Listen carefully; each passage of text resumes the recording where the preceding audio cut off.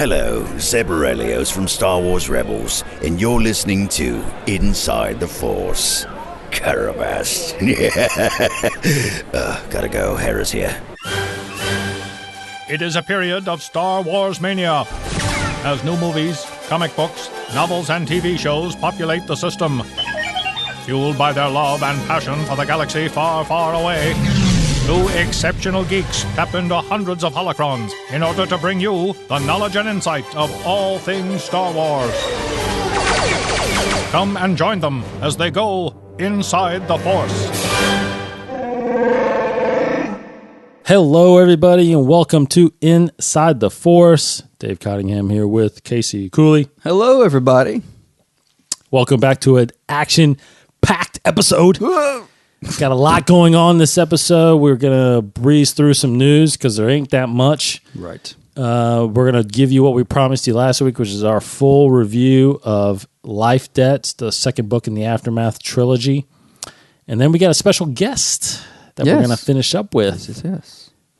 A great podcast guest that has his own podcast. Yes. So tune into that here towards the end of this episode. But anyway, turning it right over to Case, we haven't even talked that much this week because there's nothing that much to talk about, but go ahead. Busy. A few little things that kind of popped up. Actually, one thing popped up towards the end of our show last week. I actually saw some headlines of it while we were recording. I just didn't say anything because I wasn't sure if it was legit or not. But some artwork and some pictures have kind of been released. I guess mainly it's just one picture of what Kylo Ren's TIE fighter might look like in episode 8. Have you seen this? I have seen that. I mean, it looks pretty legit to me. It's a picture of a figure, basically, and it's First Order style. It kind of looks like a TIE Advance, but the First Order version of that. So, or it's a TIE Interceptor. TIE Interceptor, yeah. TIE Interceptor. But looks pretty cool. Well, I guess I never expected to see Kylo Ren really flying a TIE fighter in episode 8 or any of the movies, like piloting something.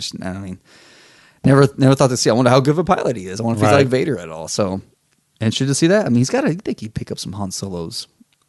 I think I almost feel like everybody's a pilot. Almost. You had to. In Star Wars, it's like, yeah. Especially if you have the Force, you're pretty good, I would think. Although it's funny about Empire's End, that actually comes up in Empire's End a little bit, but I'll talk about that in a second. So, moving on from episode 8, Han Solo they're still filming. They've been working on Freddy Ventura. Strong Ventura. Whatever. I don't know what it's called. But there's some photos from that, some set photos. There was like an aerial photo of what the kind of the location looks like, the little village, the little huts that they've built up over there. So, looks pretty cool. And also, what I saw today, somehow, I guess one of the guys that worked on the production, like the set design perhaps, of Han Solo on eBay, he sells, or he or she, actually, I don't know if it's male or female, he sells some memorabilia from the films that he's worked on. He's worked on Beauty and the Beast. He's worked on some other films. He worked on Han Solo. So if this is legit, which it seems like it is, he is selling some concept art of ships from Han Solo. Wow. And I mean, it's nothing earth-shattering. It's just different looking designs of ships that we haven't seen yet. But there's one that caught my eye, of course, was like concept art, but it wasn't too detailed, of what Alden Ehrenreich might look like as Han Solo. And it looks like Alden Ehrenreich, doesn't look too much like Harrison Ford, but he's dressed, his outfit's more like a Hoth Bespin kind of, the jacket that Han Solo wears, that kind of thing. So if that's what he wears in the whole movie, I don't know. But he's got Alden's curly hair, kind of. I don't know. It was a very cartoonish looking drawing. It wasn't very detailed, so I can't read too much into it.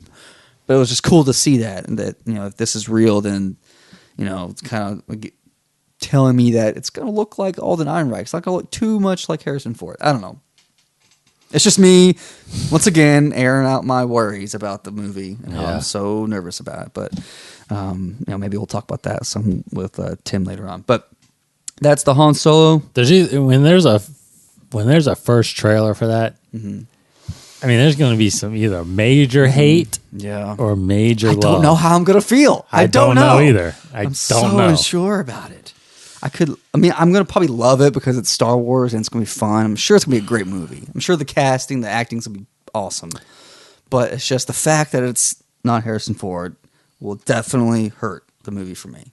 And that's, I'll admit right now that, I looked back at the box office and Rogue One just barely went over $1 billion worldwide, right? I think it only did 4 something here in the States and then 5 something overseas. Right now, I would say that Han Solo will not do as good as Rogue One. I do not feel like it will do as good as... Probably not, but who knows, man? You never know. Yeah, No. I think there's going to be a lot of... As of right now, I think there's going to be a lot of people that'll see it once and be like, that's all I need to see. I don't know.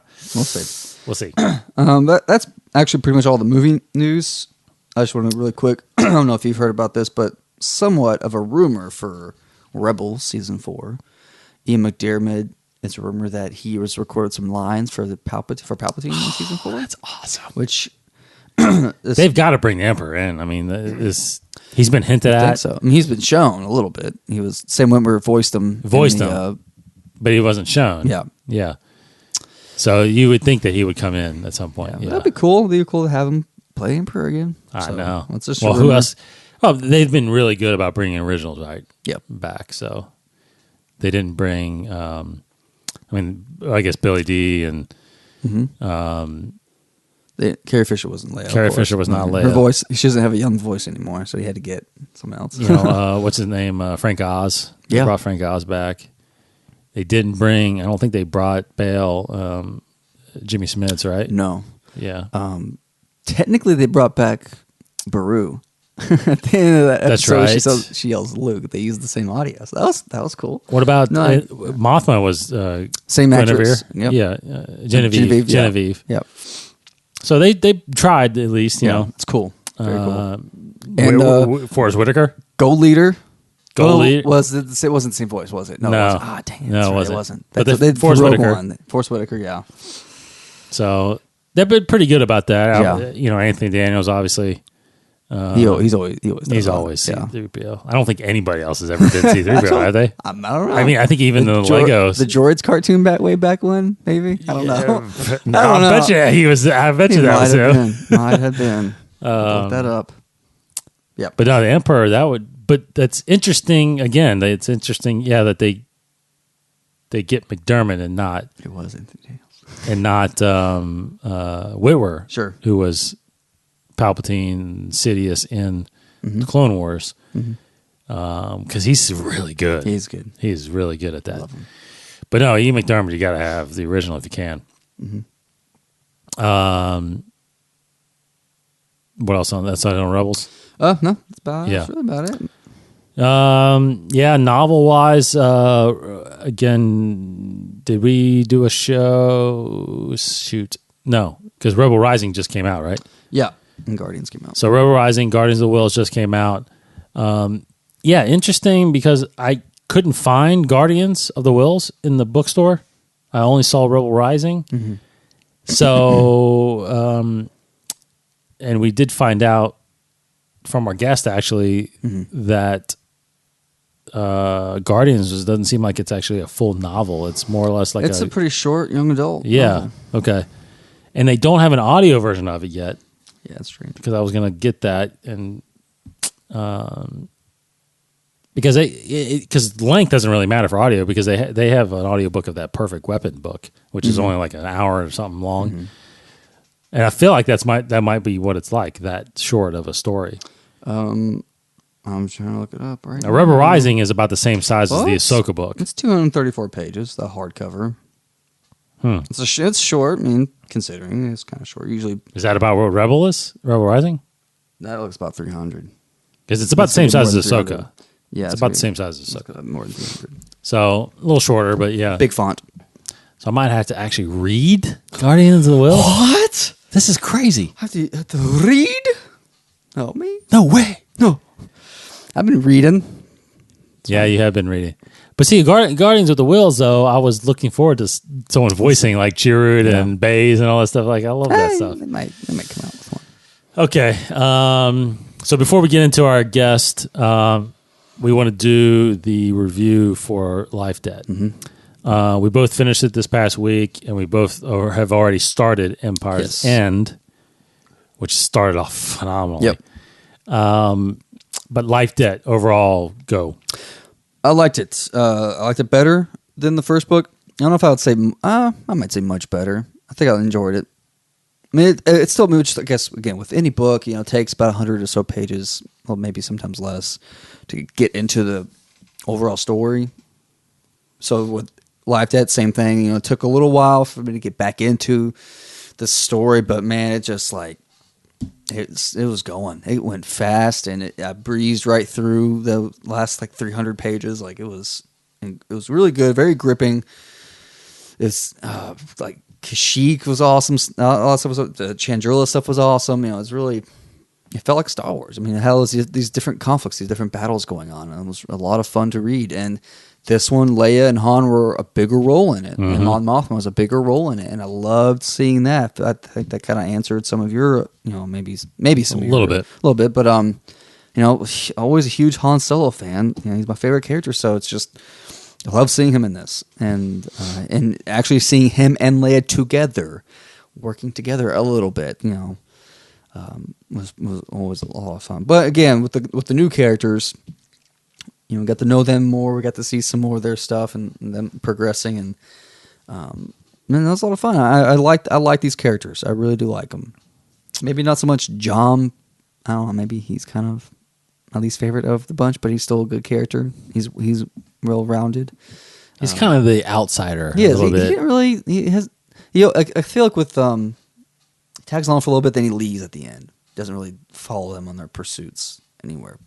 He kind of stayed on Kashyyyk, but no, I definitely like Jas Amiri. She might be my favorite one. She's pretty cool. Jazz. That's how they say it in the audiobook. Jazz Amari. Jas is in the book. Jazz Amari. Amari. Okay. No fun. Takes the fun out of it. I know. I got an advantage because I hear their names. Sinjir. Yeah. I see. Sinjir, Vath, Timon Wexley. Yeah. John Burrell or something like that. John Burrell. Yeah. Yeah. Nora Wexley.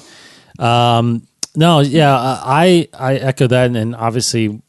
Hopefully I don't think we'll spoil too much about the story, so spoiler warning, but I like this book greatly over the first book. It took me a long time, at least halfway through the first book, to really get into it. Yeah. But this one, as soon as they mentioned the whole liberation of Kashyyyk, and how Chewbacca was captured on there, and and Han just put, Han's got a baby on the way, and he's all he's thinking about is freeing Chewbacca. And, of course, you get into more of the politics, and you get into more of not only our main characters, which was good, but you're getting more of Ray Sloan. Yeah, and more of her side as well, Gallius Rax. Gallius Rax, who is kind of introduced in this. Yeah.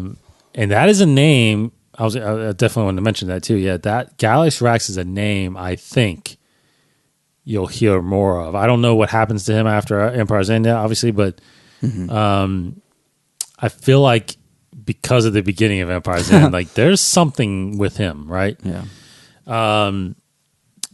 And what I especially loved about with this book is obviously it bounced around a little bit more than the first book did. The first book really was just about Akiva. Everything that happened on Akiva. This one was, like you said, Chandrila.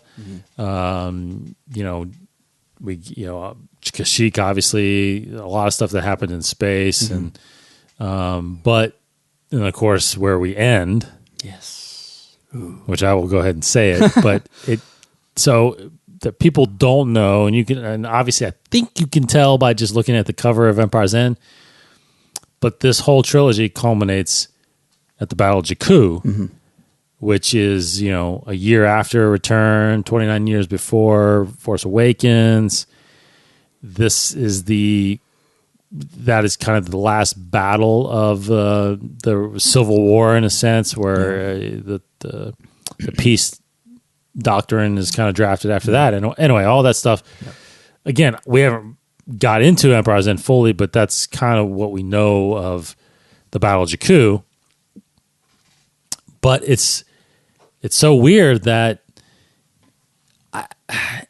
just getting into Empire's End, there's more to Jakku than we are led surprising. To believe. Did you get that sense though? Oh no, absolutely, absolutely. It's, I mean, I kind of, when Force Awakens came out and we got Jakku, my whole theory and speculation was kind of there might be a little bit more to Jakku, or maybe it's just more Lor San Tekka being in Jakku, like. Maybe there was like a Church of the Force there or something like that. But no, this is different. This is more Imperial side. But that's actually it. I totally forgot about Lor San Tekka. Lor San Tekka. Yeah, because of the. I always thought like he was hiding there to protect Rey. That was always my kind of thought. It was like he was put there to watch after her, which is possible. It's still possible. Yeah. But, oh man, dude, can we talk about the first scene or no? Yeah, Empire's End. Yes, sure. Okay, let's do it. So, first scene of Empire's End. So the towards the end of I'm looking at Rogue One. That's what I was about to say. At the end of Life Debt, again, the story kind of points towards Jakku. Rey's going there. The group is heading there. I mean, clearly, unlike the first book. First book kind of ended. You had an interlude with Jakku, but nothing happened. Okay. Really. Wait, at the end of the first book? Mm-hmm. I don't remember that. I can't remember. It was really like nothing. Like but the second book, literally like Empire, it ends with clearly there being a sequel, right? I mean, everything's pointing towards Jakku. So we get to Jakku. So at the beginning of Life Debt, we get an interlude with a young boy. Mm-hmm. That stowaways on a ship, and I don't think. Do you know it's? I don't think you know it's on Jakku, though. Do you? I don't know. I don't think you do, because I was surprised. Obviously, at the end of the second book, at the beginning of Empire's End, they go back to that story where this little boy is on this this ship, the stowaway, and you find out that, again, spoilers, but this is the beginning of the book. You find out that the ship that he's stowing away on is a ship that Palpatine is on. Now, I was a little confused. I got to say, Case, because I wanted to ask you this. That it said interlude 3 decades prior, which technically I thought would put you before episode 3. But clearly, well, no, because he's distorted. His face is, because he described how his face is all crusty and crevices and all that stuff, and which I think the Empire has already taken over. So it's not quite 3 decades. It's 20 something. Obviously, it's like 24 or 25 years, right? No, wait, yeah. So 19. Episode 3 was a 19 plus 6, right? 4 years. So it's about 24 or 25 years, right? Mm-hmm. So we're talking close to 3 decades, but not.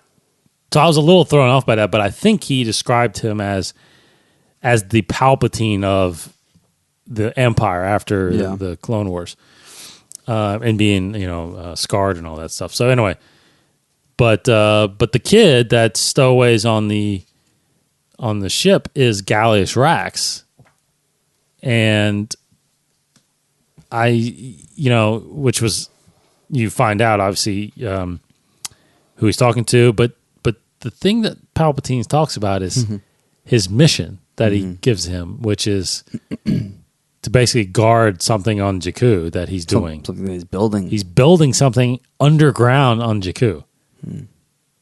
Which I'm like, what?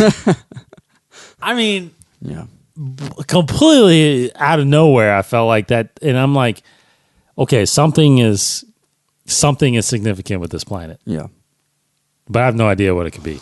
I have no idea what it could be. Don't know. Is he building a temple? Is he building some kind of weapon? Is he just building some storage, where he wants to hide some of his money just in case something happens? I mean, his collection, like the Imperialis, his ship, he has all those Sith artifacts. And relics, yeah. I have no idea. But didn't you say you read somewhere that he's doing that? I mean, I might have seen something. It's like some kind of observatory. I mean, I might be reading something that is revealed in Empire's End. So at this point, I don't think we're supposed to know what it is. Do you think we'll know? Yeah, I think Empire's End reveals all that stuff. Okay. I think that closes kind of all that. I mean, my first thought, honestly, was a cloning facility. That's a good guess. But just with what we know from the EU. Yes. Yeah. That's a good guess. Is he Snoke? I don't know. And that's is that a clone? A lot of people think that was one of the theories. It's a clone. Mm-hmm. A failed clone or whatever. Yeah, failed clone. Bad batch. Bad batch. Yeah. So, but I was floored by that. I did not see that coming, and then I'm so diving into it so much more just to find that part out, let alone what happens with our crew and what happens with the whole battle. And Ray Sloan has become a very prominent character, obviously, in the Empire. I like her a lot. Yeah. So it's a fantastic book. This Aftermath trilogy is really, really kind of raised the bar, I think, as it gets into the story. But it's some good stuff. It's some good. I'm liking as I read and listen more and more. I'm liking his Chuck Wendig's writing more, and I think it has changed since the first book. Totally. I think some of how his style, his syntax, it's just still styled differently. I don't know, but I do like it. I like it a lot. I do too. So we will obviously give our review of Empire's End as we get through it. I'm already 7 chapters in or so, and I'm not that far into it. It's a couple chapters. I'm slowing down. I'm actually reading other things outside of Star Wars, oddly enough. Really? Yeah. Oh, some of the books I gotta get through. There's other stuff out there besides Star Wars? I know. It's weird. Hilarious. But I'm getting through it though. Okay, so that's basically our full, spoiler, not spoiler review. I mean, it's not really, we didn't really say much. I mean, there's nothing there huge happens. I mean, it's you can read it on the book jacket. It's about freeing Kashyyyk. Yeah. But the whole Chandrilla thing is what surprised me at the end, which is really cool. Because they actually have what's called at least they try to have what's called Liberation Day, which is they think is the end of the war. And they're celebrating, but I mean, it ties into what happens on Kashyyyk. Yes, because they're kind of celebrating something that happens on there, but right. It's not quite over. But really cool, really awesome. And I mean, like you said, Han and Chewie are in it. Come on, yay! Where's the Falcon? Oh, because I was thinking about Falcon's that. in there. Oh, I mean, who has it? Did they give it to somebody? Oh, Han had it. He did. He gave it to Nora. Nora took it back to Chandrilla. Then Leia took it back to Kashyyyk. Back to Kashyyyk. Okay, because the whole time I'm thinking like at some point he's gonna get someone steals it from him at some point. I don't know if it's during this time or if it's a little later, but he loses the Falcon. So, all right, so we'll move on to the next part of our show here. We are gonna bring on our guest from the Less Than 12 Parsecs podcast, the fastest Star Wars podcast in the galaxy, by the way. It really is. Tim McMahon, how are you, sir? Oh, it's an honor and a pleasure to be here, guys. Thank you so much for having me on your awesome show. Thank you. Thank you. Yeah. Wanted to definitely dive in first because meeting you for the first time and connecting with you on email about the long list of podcasts that you put together, which we'll get into. But first, yours, gotta say, man, I really do dig your concept. Yeah. The really short form. Very clever. Very clever because, Casey and I, we were talking about this off the air. We're like, I wonder if people just get sick of hearing us for about an hour. So how did you come up with the concept of doing, almost basically daily show about 10 minutes long? Okay, so here's the story, and if folks have heard this before, because I feel like I've told this story a lot, so I'll try through it. Not on this show, you haven't. That's right. So many years ago, I had a long form podcast, so, an hour and a half long show, and then my life changed. I got really busy, and I just did not have the time for that show. So I gave it up. I passed it on to my co-host, and he's still doing it. The show is called The Expanded Fandom Verse. You can go find it. It's a really good show. And anyway, after not doing podcasting for about 6-9 months, I was really missing it because it is a fun hobby. It's just, even if only one person listened to my show, I would be happy because I enjoy doing the show. So because I was missing podcasting and I didn't really have that much free time, I thought, well, what can I do to get just a little bit of podcasting into my diet? Right. My first idea was to sell myself to other podcasts. Like, hey guys, you need a guest? I'll show up. Yeah. It doesn't really work. So at the same time, I've become friends with Alan Voivod, who does a Star Wars podcast that is daily. My show's not quite daily. I do about 3 to 5 times a week, but he's been doing for over 1,000 days now, a daily podcast.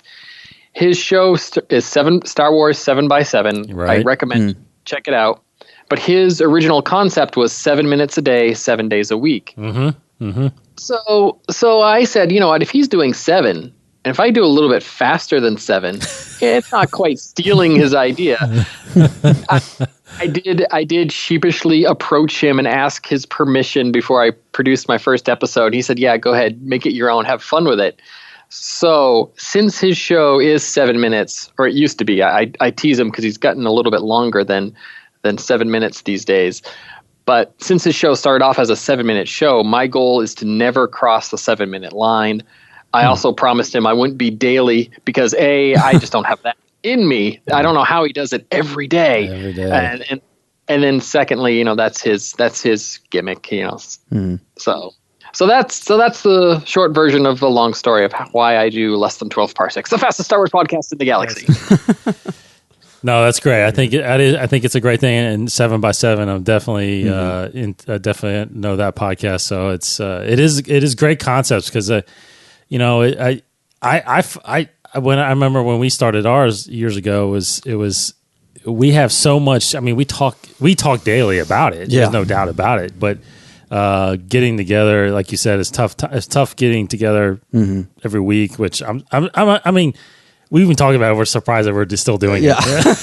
Absolutely. With how life is and work is and all that stuff. So, but go ahead. I was going to say, I get the impression from listening to your guys' shows that even if you wouldn't be recording this, you guys would still be talking about Star Wars anyway. So you might as well turn a recorder on. Exactly. That's kind of how our concept came up. We're like, well, let's just record this thing, and talk about it. So sometimes we'll be talking pre-show, and I'm like, gosh, we gotta stop talking. We gotta wait. We gotta record this show. It's good. I've been there, man. I've been there. That's very true. Very true. Now, so let's talk about how. And first off, again, thank you for connecting with us as far as. This master list. So when did that come about? All right. So actually, it started on New Year's Eve. I was stuck at work. Believe it or not, stuck working on New Year's Eve. So that sucks. And but I had nothing to do. So I'm like, you know what? I don't know why it came to my mind, but let's see how many Star Wars podcasts are really out there. And at the time, I probably knew 15, 20, maybe 25 off the top of my head I could have listed, but I kept digging and digging, and through the power of Google, and I still only build this list when I have downtime at work. So since the beginning of the year, I have found 125 other Star Wars podcasts. Now these are active Star Wars podcasts. I found a lot that are no longer in production, so I don't put them on the list.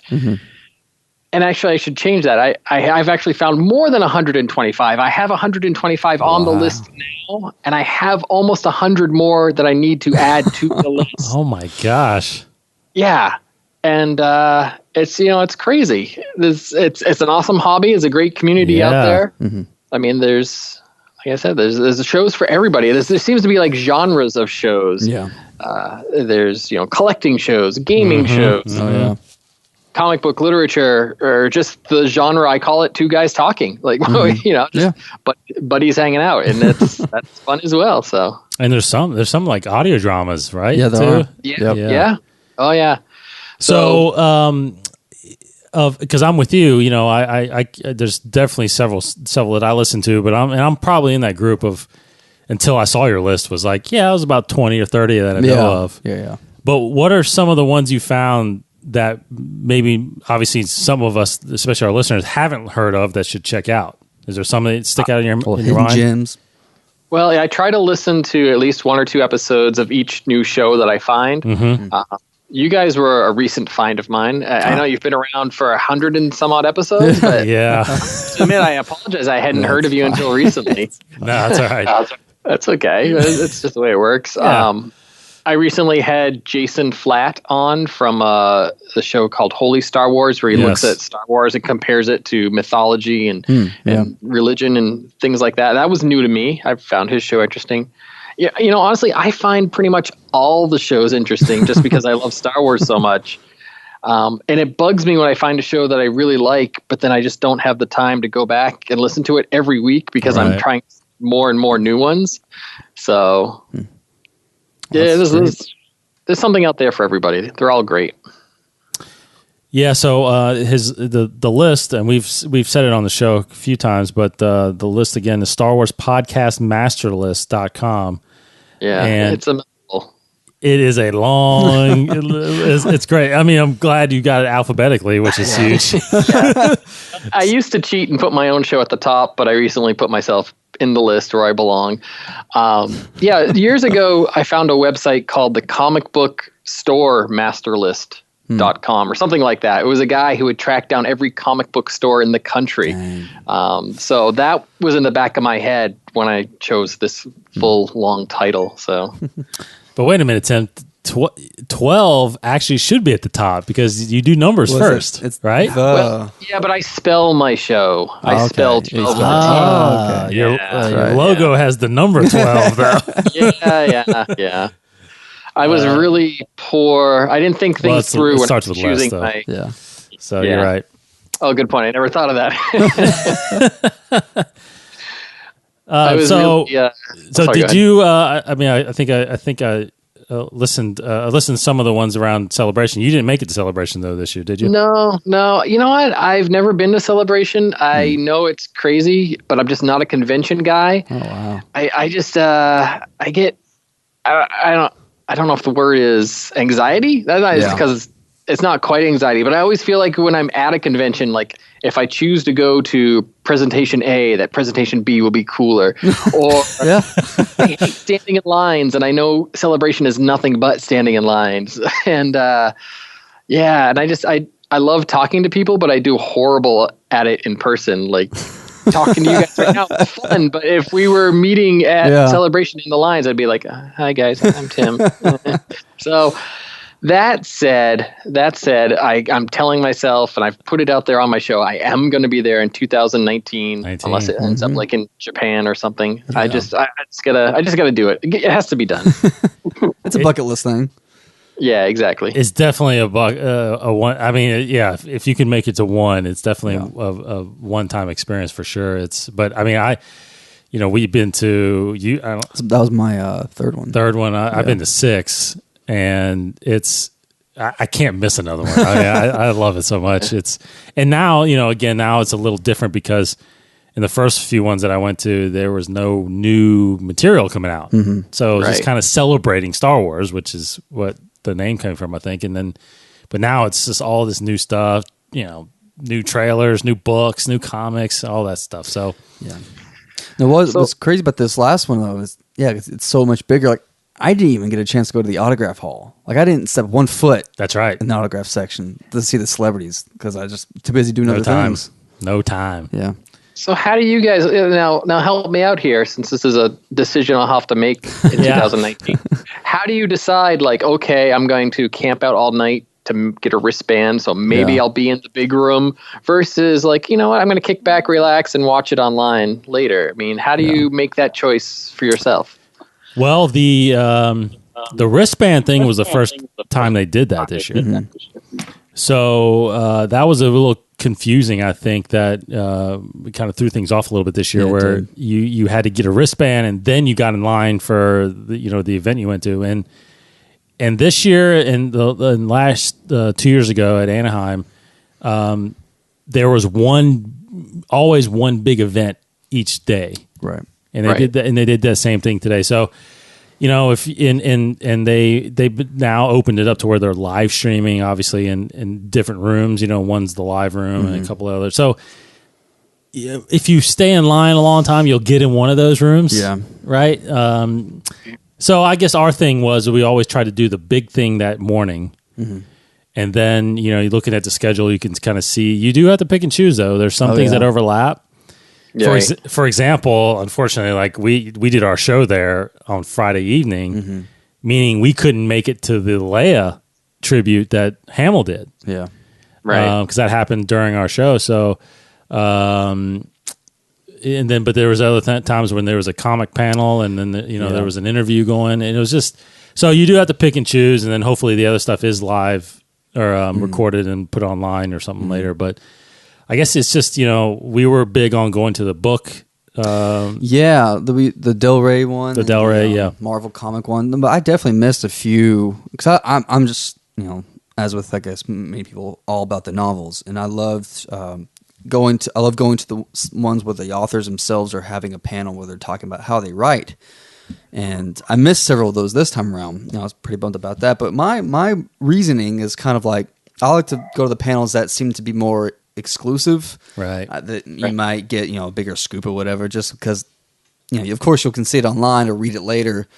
But of course, it's just being there, to seeing it happen as everybody else sees it happens in person at the same time. But like one case in point was the Rebels panel. We decided not to go to the Rebels panel because we didn't think I don't know why, but we didn't think they were going to show anything because there were no rumors. We knew the trailer was coming. There would be a trailer and all that stuff, but we didn't know that they were going to show the first episode of season 4. We thought like I guess they weren't because we haven't really heard anything. Yeah, but so we They've didn't done go. that before. Yeah, they have, but I feel like before they always announced it. They did announce it. That was the first time they didn't announce it. Yeah, so I mean, I guess I was just tired of waking up super early in the morning. Because in Anaheim, I waited 6 hours to see the premiere there, and the Clone Wars as well. They did the same for the Clone Wars. That's right. Premieres. So again, it would have been the third day in a row where we would have had to been up crack of dawn. So I guess I was kind of tired, but no, we saw it live. The trailer was awesome, but we also missed the Battlefront panel as well. But there was no really exclusive stuff in that too much. So, so I mean, Last Jedi panel was kind of a no-brainer because it was the biggest thing. And did you guys get into it?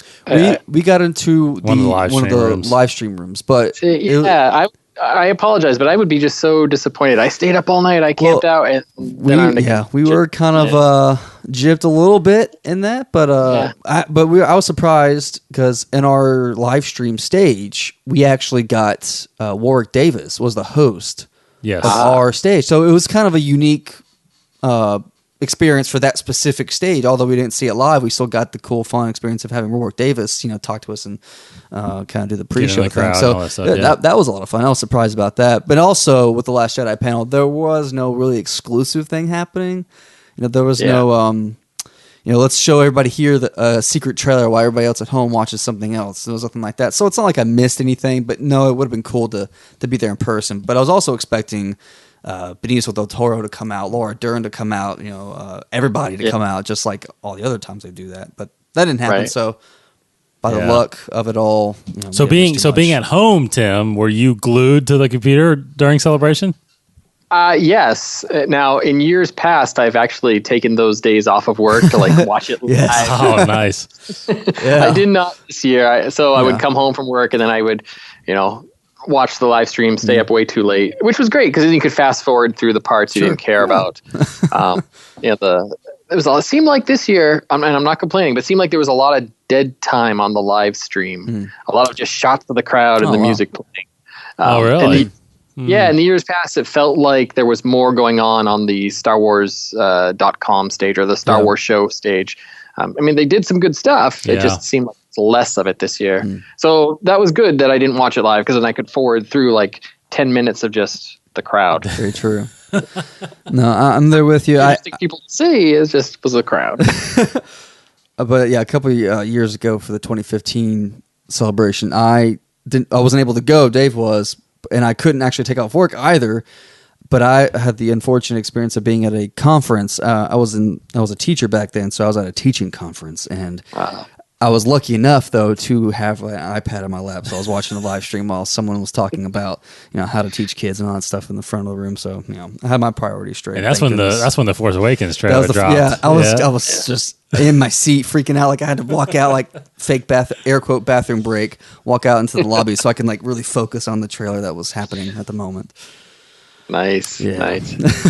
So I was curious, Tim, of all the stories that are out there right now, because I know you're a huge fan, which ones are you, beyond the films, or which ones are you diving into right now? Because I know you're doing a lot of reviews on the books and comics and stuff like that. Yeah, I'm a big time Star Wars book collector, and not just the novels, but like I'll buy coloring books and sticker books. Yes. It's canon. Yeah, exactly. All canon. The back of 3PO is tacky. So yeah, I have a collection of over 2,000 Star Wars books in my Jedi library. That's and awesome. So each week, like I'll buy 3 or 5 books, and most of them are cheap. It's not an expensive hobby. And so then on Monday on the show, I'll tell you like I bought this joke book this week, or I bought this Mad Libs, this coloring book. Anyways, so to answer your question, sorry to go off on a tangent. I'm a little behind on the novels right now. I just finished Life Debt, so I'm looking forward to listening to you guys' review, because I just finished it yesterday. So I gotta speed my way through. What's next? What's the next one? Aftermath? Empire's End. Yeah, sorry. Yeah, whole thing's called Aftermath. So I got to speed through that so I can get to Thrawn. And then the 2 new young adult books that just came out, the Rogue One ones, really look interesting to me. Rebel Rising and Guardians of the Whills. And I was surprised because, I'd seen the covers online, but when I get the books, Rebel Rising, it's a novel. It's a young adult novel. It's like a book. Yeah. But the Guardians of the Whills was like really small. It seems maybe it's more, and I haven't read it yet, but I'm guessing maybe it's more geared toward like middle school versus say early high school. Yeah, because they don't have an audiobook version of Guardians. Yeah. Oh, really? Only Rebel Rising. It'd be over in 20 minutes, I'm sure. It's small. Oh, okay. I didn't know that. Yeah, but that said, even the kids' books these days, the young adult books, there's like little nuggets that you can add to the new canon that sort of are flushing out the galaxy. And so... Well, I've got to ask you real quick. Have you read the Wild Space books? No, I've been sitting on those. I actually bought them because they came out in the UK first. So I've been... I have all... And I think it's only the first or second one is out here in the States now. Yeah. So I have them. I just haven't gotten around to them. Yeah, they're on my list as well. I'm going to be getting to those soon. Just curious. And from what I've heard, I mean, it's all canon. So this stuff, and there's connections to be made. I mean, they're not just because it is canon. It's not just read it because it is canon, but they're dropping breadcrumbs even in those little kid books. So. Yeah, it's wild. I know Tarkin's on the cover of one of them too, so I'm just interested to see how it indeed ties all together. Yeah. So give us your brief review of Life Debt. Life Debt, head and shoulders above the first one. Yes. You could tell that book was rushed. I liked the way it flushed out the characters. We get, the new characters, we get to really get to know them this time, it felt like. I didn't feel like in the first book I really knew who they were, other than maybe their stereotype, their names. That's the Benjamin, or that's the former Imperial. So, you get to know a little bit more. What else? I don't know. Enjoyable. I'll just leave it at that. How's that for you? That's my brief. Well, I'm curious to ask somebody else differently, because in our last episode, we talked about Leia's vision that was towards the end of that book. Right.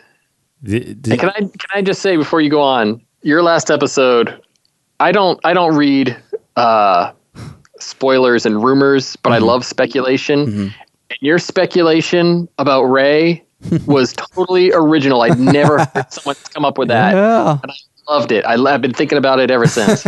Okay, so that's what I was getting at. So what do you think? What do you think? I love it. I love it as a Star Wars fan.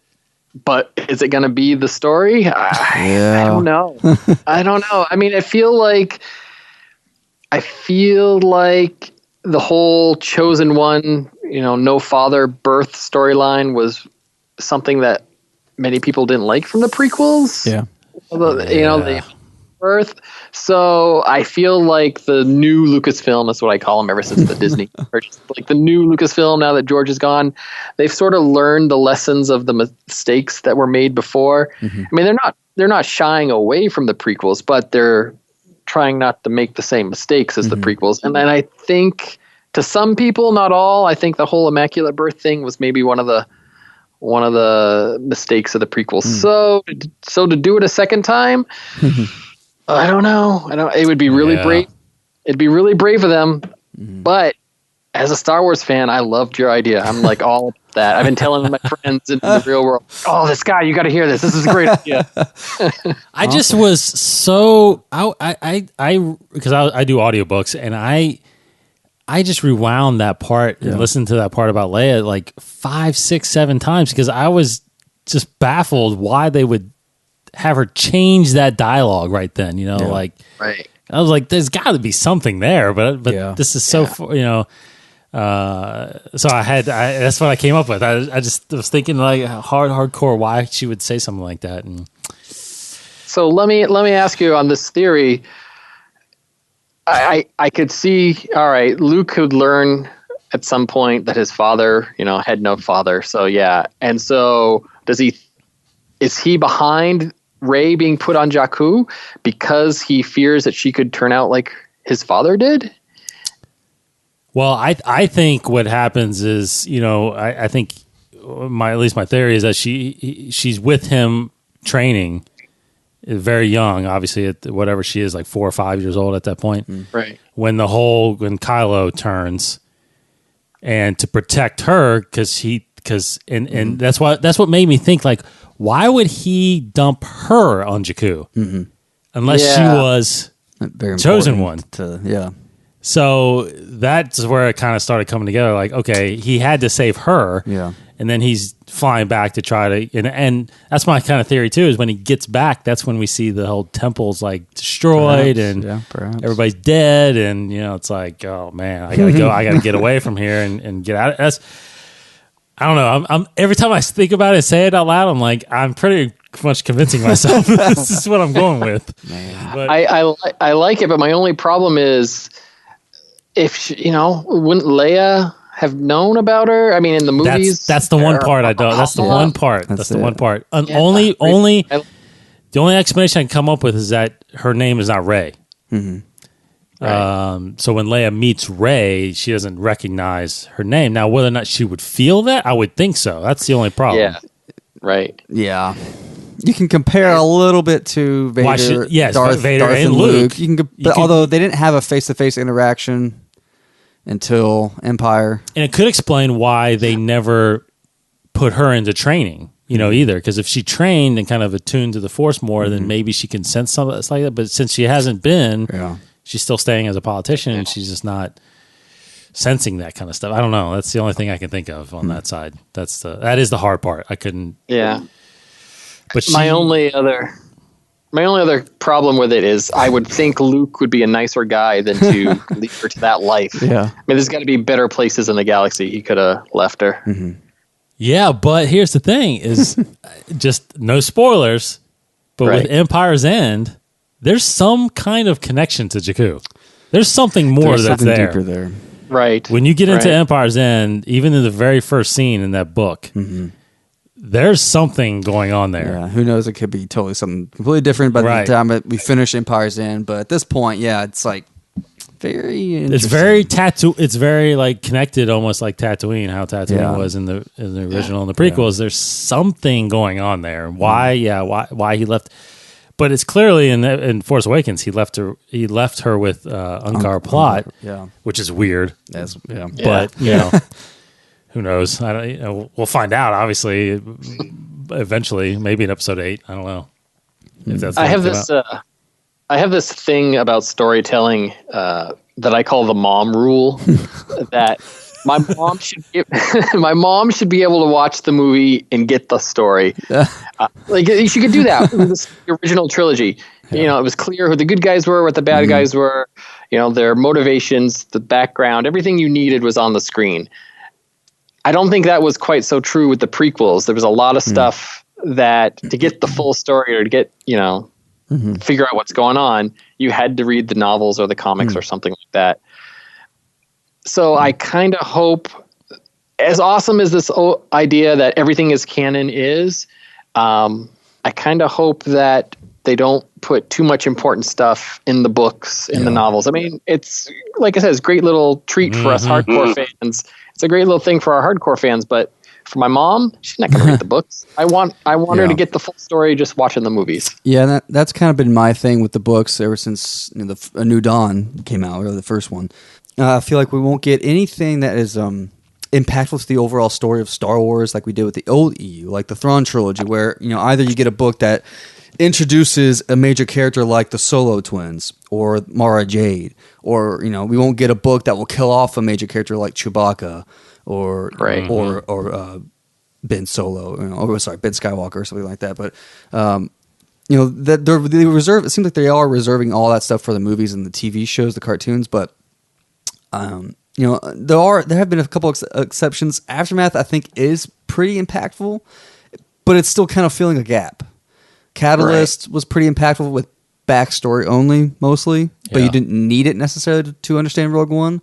So the really Bloodline is also, I think, a pretty big one, but it's just, again, it's kind of revealing new information. It's not really introducing a crazy thing. Although, have you read Bloodline, Tim? I have, yes. So like the whole Vader reveal thing, where no one knew that Leia was Vader's daughter, and then now everybody knows, and it changes everything. So that was kind of impactful, but again, nothing crazy. There's no major introduction of a character, that will have a lasting impact. I don't know. Maybe I'm wrong. Maybe eventually it'll happen, or if it has already happened, I'm just not aware of it. But to my opinion, I don't think the books will be terribly. The movies won't depend on books. I don't think, but which might be a bad thing for the books. I don't know. It might be a hindrance to us getting quality books that we used to get with the old EU. Mm-hmm. No, I totally agree with that. I've had that opinion as well, that it feels like the novels, the books we're getting now are smaller stories. Yeah. They're more character driven versus like, oh, it's another galactic war. There's another giant adventure for our heroes to go on. Right. It's, they're definitely smaller. I feel they have the hands tied, and it might change. I have the theory it might change after episode 9 is out. Mm-hmm. Then, that'll sort of open things up for them. Sure. But I'm 100% with you there. Yeah, I think it'll only change if they go beyond this timeline. Yeah, with these set of characters, this, from Empire, episode 1, Rebel, you basically said it, Tim. But between 1 and 9, the Skywalker story. I think you have to go outside of that in order to be impactful. Yeah. But then you're talking about characters that are new, so obviously anything can happen to them. Sure. But I do. That's why I think I've really, I've really grown into Aftermath, because it took me a while to really appreciate the first book, because I was so thinking that it was going to be about Leia and Han and where's Luke and all this stuff, and then we got all these new characters, and I'm like, okay, well, but I liked it towards the end, and then of course liked it, but yeah. So have you? So you've been up to speed with the comic books too as well? I am. Well, I'm a couple weeks behind. I buy them each month. And sort of give myself a Sunday afternoon to plow through them all at once. I feel like comic books today are like written for the trade paperback. They're very much so.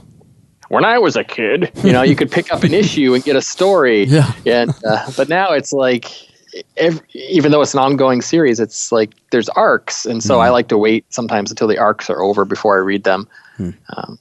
I have so discovered that as well. But that, and my big thing was I'm a big DC reader, and that's where I started when the New 52 came out. It felt like that's what they were doing. It was like every 5 issues, I can wait 5 issues and then get the whole story, and then and I feel like Star Wars is definitely doing that, especially with the ones that they did early, which there was just 5 issue arcs. Leia and Chewbacca and Lando. Right. But it's good material. It's so good, and we keep and we're a little behind on them as well. But we need to get back. We actually had somebody. Oh, someone asked us. Somebody send to us, called us out. Hey, I'll do some comic reviewing, and we're probably going to need this guy. Yeah. I've already told him we're going to call on you back on that. So I know we're going to wrap up here in a second, but because I know we're going to have the great honor of being on your show. Yeah. Yeah. You guys ready for that? But what about, so I'm curious too, just about what, I know we got episode 8 coming, and I know you've talked about that as well as we have about To the Blue Face, but I'm curious if you even thought, how much you've thought about or talked about, like where do you see episode 9 going? And where do you see this, how this ends? Have you even thought about that? I have, and I have no answers for you. Because I know that the geniuses at Lucasfilm are going to come up with a better idea than I could ever could. You know what? I really haven't a clue. I'm worried about episode 9 ever since we lost Carrie Fisher. Like, I'm worried about what they'll do with Leia. Like Kylo Ren, is he going to be redeemed? I mean, and if he is that too much of a copy of Anakin's story? Is someone else going to follow the dark side? Will Rey end up being the villain and Kylo the hero? I've heard that theory, and I kind of like it, but I don't know how you would pull it off. Yeah. So I can't say I've given a lot of serious thought to episode 9. What about after episode 8 comes out? What about your confidence in the director? Because also it was just announced recently, actually, that Rian Johnson is not writing episode 9. Yeah, that was something I found interesting about the sequel trilogy. The fact that they didn't write it all as one big story, like each director's finishing it. Like, I don't know, but I hope that the story group has like sort of outlined it for them. Right. I hope they know where it's going. But I also know there's, magic to be found as, on the fly as they're developing it. So I don't know. I have faith, but I don't know. I have no answer. Yeah, because I think I'm a huge J.J. Abrams fan. Yeah. And of course, I really enjoyed episode 7, but I'm becoming a huge Rian Johnson fan. I love Looper. I love The Brick. Oh, yeah.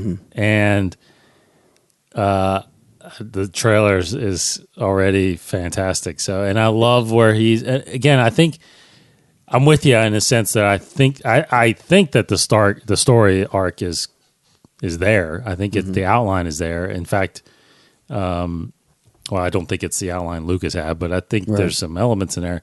But where I think they've recruited based on what they each think each episode was kind of themed. They recruited the best director to kind of tell that story, I guess. So, and Ryan being kind of a darker, director, it seems like, and deeper story. That's why I think 8 was kind of Kennedy's pick for that in a way. That's But I'm not too familiar besides Jurassic World with what is his name, Trevorrow, right? So I saw the time travel movie he did. Which one was that? Safety Not Guaranteed. Oh, right. Oh, I And Duplass brothers. Yeah, I wasn't that impressed with it. But I loved Jurassic World though. Yeah. So there you go. I don't know. I think a 10-year-old could have directed Jurassic World. I would have liked it because I'm a huge dinosaur fan. But yeah. So I am a little. My confidence is still not there completely. I gotta say, but we haven't even actually. I was curious to hear your opinion on it because we haven't actually even talked about 9 not yet. really. You know, Oh, because it's I mean, I do agree. I'm a little worried too about it, mainly because of Carrie Fisher. Yeah, because Kathleen Kennedy reiterated how she's not in it. You know, they're kind of going back, taking a look at it all. yeah. Because she's not in it. Yeah. So it's a little worrisome. And but honestly, I've given more thought, I think, to what comes after episode 9 than episode 9 itself. Like, do they keep making episodes? Do they make more saga films? Do they wait 10 years before making another, episode 10? Yeah. Is it going to become monotonous if it's just more Luke Skywalker or more of the Skywalker family or, I don't know. We'll find out. I think it comes. I think the Skywalkers come to an end. Is what I think. Yeah. Stop having Yeah. babies. Because there's just so many too many stories to keep going on. And so, what are your what's your quick thought on the recasting of Han Solo?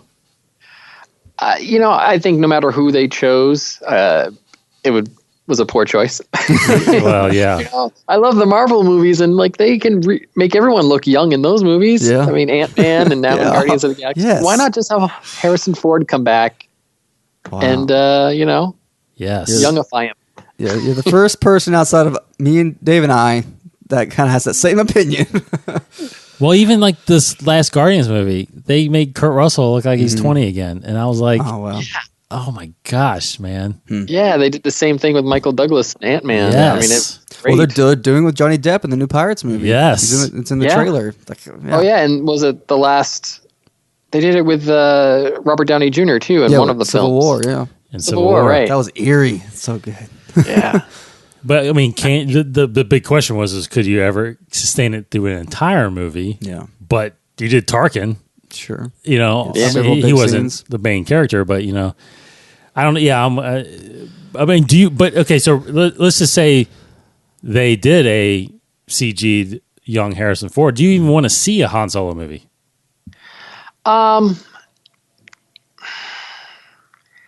I don't know. I mean, it's a story I do want to see. I'll admit it. I'm a fanboy. I want to see these stories, but at the same time, the fact that they're going backwards instead of going forwards with these movies, I don't know. Right, because isn't now it's becoming what we just talked about, a novel? Because Yeah, Yeah, that Han's not going to die. Lando doesn't die. Chewie doesn't die. You know what I mean? So you introduce new characters that could determine their fate, like Woody Harrelson's character, Emily Clark's character. But it's like I'm this is the one. Like Rogue One was different because that was the whole war aspect of it was interesting, and you had these characters and especially with introducing one from the Clone Wars, Saul Guerrero. But I wanted to see that. yeah. I'm not sure I want to see Han Solo. I'm not sure I need to see Han Solo. I will see it like you. I'm a huge fanboy, but it's like if they never did it, I would have never been. you have been pining for it. I wouldn't be pining No, for it. I mean, Han Solo is my favorite character, but I definitely, also Yeah. worried about the movie. Very much so. Like you said, I worry, but I also I've been saying I have faith in Yes. Lucasfilm Yes, Story yes, Group yes. that Yeah. it'll work out. I like the directors. I like their work, even though they haven't really done this sort of kind of thing before. But they've done frenetic action with the Lego Movie and lots of humor, which is what you need for Han Solo. I think a lot of it will boil down to the performance of this new guy. See how he pulls it off. And I also want to say that as an old timer who remembers the dark times when there was no Star Wars, Yeah, I want to yell at myself, shut up. You're complaining that you're getting a Star Wars story. I know. I know. So beyond the rumored movies that may come, maybe a Boba Fett, maybe an Obi-Wan.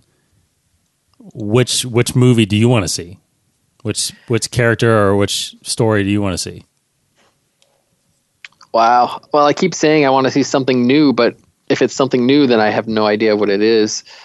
Well, that's what I'm saying. So you pick a character. Which one would you see?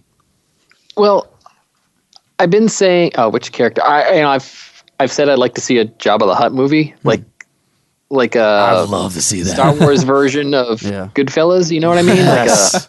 Like a real mafia type story. Yeah. I'm sorry, to me, Rogue One wasn't a spy movie, and I want to see a spy thriller set in Star Wars.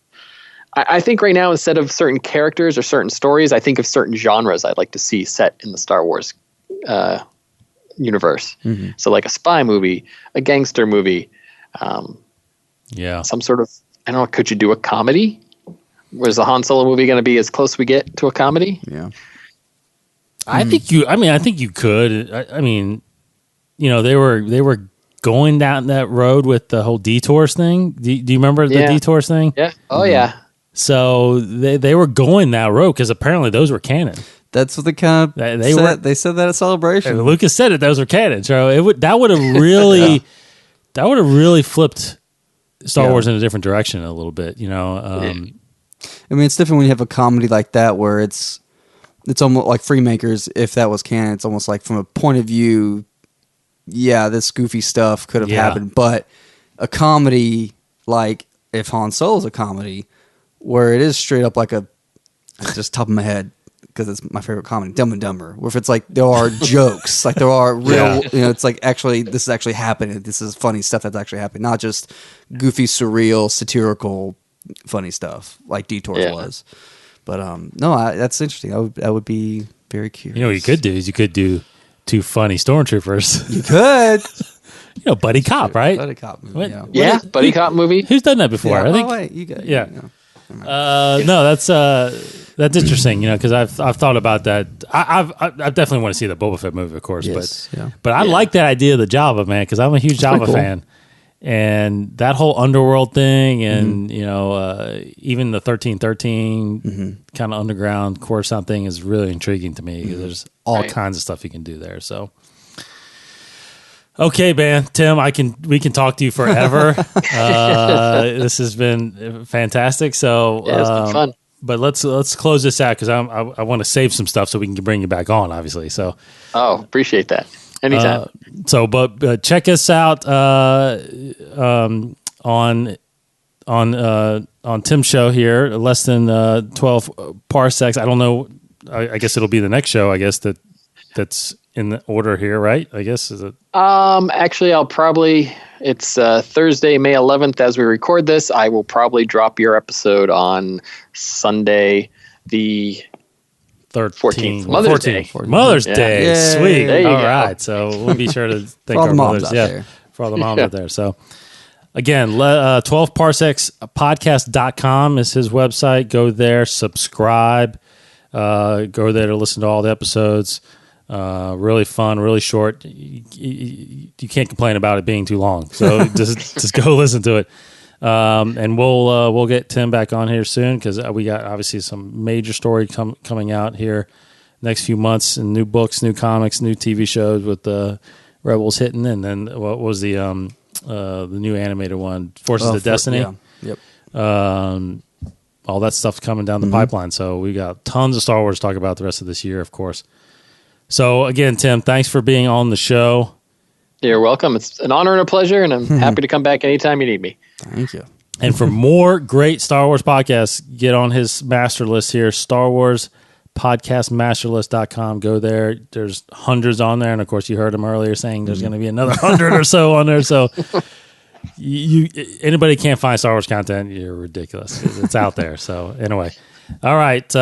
Thanks for listening for us. Inside the Force. Of course, we're at InsideTheForce.com. Everything Inside the Force. Go there. Listen to all of our episodes. Your Twitter. What's your Twitter? Sorry, Tim. What's your Twitter? At 12parpod. At 12parpod. Yeah, all my social media account links can be found on 12parsecs.podcast.com because I never remember what they are and they're all slightly different. I did a really bad job of trying to come up with a brand, so I'm all over the place. That's it. Go to the site. Casey's Kryptonian 113 out. I'm D. Cottingham 21. Of course, we're at Inside the Force, and we will close it out with Tim on here. So for Casey Cooley. Hokey religions and ancient weapons are no match for a good blaster at your side, kid. Gotta do Han Solo. It's all about Han Solo. It's all today. about Han Solo It's all now. about Han Solo. That's right. Again, thanks, Tim. Take care, everybody. welcome. Thank See you, ya. man. We'll talk soon, and may the Force be with you.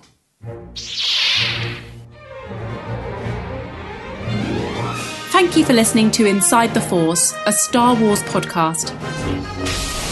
Hosted by David Coshingham and Casey Cooley. For more shows, additional content, articles, and the latest Star Wars news, please visit InsideTheForce.com. Inside the Force. For the Force in all of us.